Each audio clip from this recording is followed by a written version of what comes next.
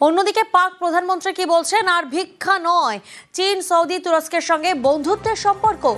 বন্ধু দেশের কাছে হাত পাততে চান না শাহবাজ শরীফ।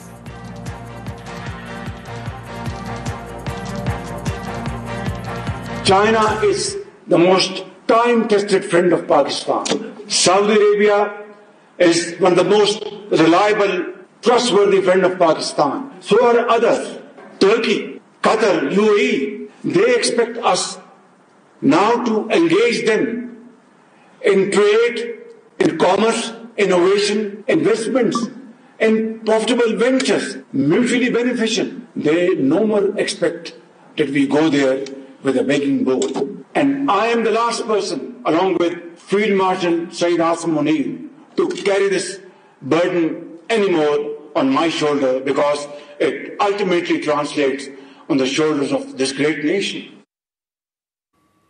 আন্তর্জাতিক অপরাধ ট্রাইব্যুনালে অভিযুক্ত শেখ হাসিনা। মানবতা বিরোধী অপরাধের অভিযোগ শেখ হাসিনার বিরুদ্ধে। অভিযুক্ত তৎকালীন স্বরাষ্ট্রমন্ত্রী আসাদুজ্জামান খান, তৎকালীন আইজিপি চৌধুরী আব্দুল্লাহ আল মামুনও অভিযুক্ত। প্রতিনিধি মৈত্রী এই মুহূর্তে আমাদের সঙ্গে রয়েছেন, বিস্তারিত জানাবে মৈত্রী। দেখো, জুলাই অগস্টে বাংলাদেশে গত বছর জুলাই অগস্টে যে গণ অভ্যুত্থান সংগঠিত হয়েছিল, সেখানে হিউম্যান রাইটস ভায়োলেশন বা মানবতা বিরোধী অপরাধের অভিযোগে শেখ হাসিনার বিরুদ্ধে তদন্ত করা হচ্ছিল এবং সেই সংক্রান্ত বেশ কিছু তথ্য যাচাই এবং যাচাইয়ের পর অফিসিয়ালি আজকে বাংলাদেশের অন্তর্বর্তীকালীন সরকারের তরফ থেকে আন্তর্জাতিক অপরাধ ট্রাইব্যুনালে ক্ষমতাচ্যুত প্রধানমন্ত্রী শেখ হাসিনা এবং তার সঙ্গে সঙ্গেই তৎকালীন স্বরাষ্ট্রমন্ত্রী আসাদুজ্জামান খান কামাল এবং তৎকালীন আইজিপি চৌধুরী আব্দুল্লাহ আল মামুনকে আসামি সাব্যস্ত করে তাদের বিরুদ্ধে অভিযোগ অফিসিয়ালি দায়ের করা হয়েছে বাংলাদেশের অন্তর্বর্তীকালীন সরকারের তরফ থেকে। বেশ, অভিযোগ দাখিল হয়েছিল 14/8/24 তারিখে, 12/5/2025 তারিখে তদন্ত প্রতিবেদন দাখিল করেন, যাতে এই 3 জনকে আসামি করা হয়েছে। তারা হলেন সাবেক প্রধানমন্ত্রী শেখ হাসিনা, সাবেক স্বরাষ্ট্রমন্ত্রী আসাদুজ্জামান খান কামাল এবং সাবেক আইজিপি চৌধুরী আব্দুল্লাহ আল মামুন। 1971 সালে স্বাধীনতার পর আওয়ামী লীগ সরকার তাদের জনগণকে প্রদত্ত প্রতিশ্রুতি লঙ্ঘন করে একনায়কতন্ত্র, স্বৈরাচার এবং নিপীড়ন ব্যবস্থা কায়েম করেছিল। এ যেন সর্ষের মধ্যেই ভূত। বেআইনি নির্মাণ আইনি করার টোপ দিয়ে প্রতারণা। অভিযুক্ত খোদ পুরসভার অফিসার। প্রায় 2 লক্ষ টাকা প্রতারণার অভিযোগ। পুরো আধিকারিকের বিরুদ্ধে সরব বেহালার দম্পতি।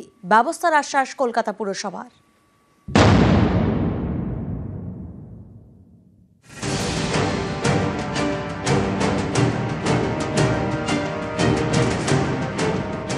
ছোট জায়গায় বাড়ি, আইন ভেঙে কিন্তু জরিমানা দিয়ে বিষয়টি বৈধ করে নেওয়া যায়, এমন নাকি নিয়ম রয়েছে কলকাতা পুরসভায়।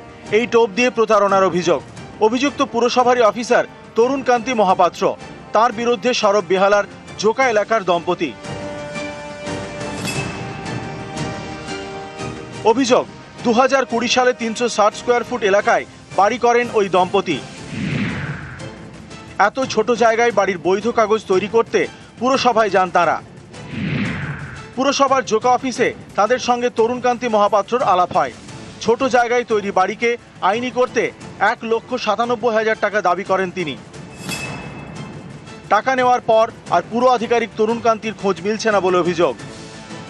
উনি আমাদের আশ্বস্ত করেছিলেন যে এই ছোট জায়গার মধ্যে যত রকম রেগুলারাইজড হতে পারে কাগজপত্র সেগুলো করে দেবেন উনি। সেই কাগজ পাওয়ার জন্য আমরা ওনাকে 7 বারে লিগাল করতে চেয়েছিলাম। সেই জন্যই ওনাকে আমরা 1,97,000 টাকা এটা হচ্ছে 2020 থেকে 21-এর মধ্যে আমরা এটা একবারে দেওয়া সম্ভব হয়নি বলে 7 বারে আমরা ওটা দিয়ে দিয়েছি আর কি। দেখতে দেখতে 5 বছর কেটে গিয়েছে, আজও বাড়ি আইনি বৈধতা পায়নি। এবং আমাদের বলা হয়েছে যে আমাদের যে বাড়তি অংশটা আছে ওটা ভাঙতে হবে আর রেগুলারাইজ করার জন্য ডিমান্ড জমা করতে হবে 2,72,000 টাকা। সেক্ষেত্রে আবার নতুন করে আপনাকে টাকা দিতে হবে। আবার নতুন করে টাকা দিতে হবে।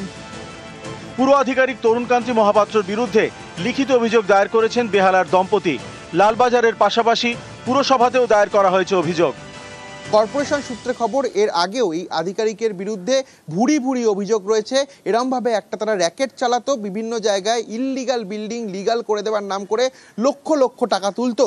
আমি চেয়ারম্যান হওয়ার পরে কমপ্লেন পাই 22 সালে, তারপরে ওনাকে মেয়রকে বলে ট্রান্সফার করে দিই যাদবপুরে আমাদের কোনো একটা ডিপার্টমেন্টে।